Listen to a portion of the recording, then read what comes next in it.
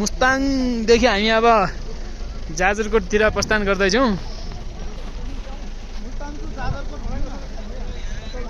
मुस्ताङको त झारकोट छ, जाजरकोट छैन हो।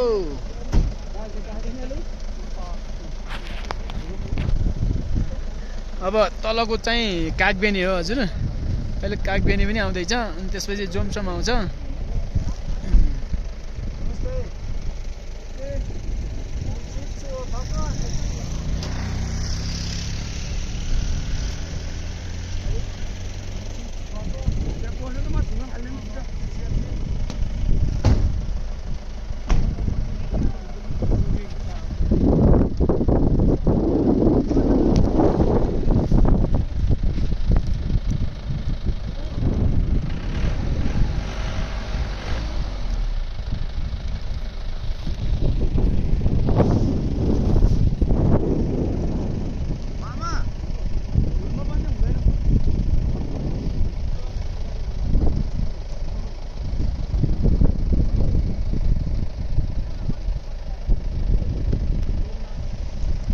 मुस्ताङको यात्रा समाप्त भएर अब फेरि घरतिर फर्किँदैछु हो।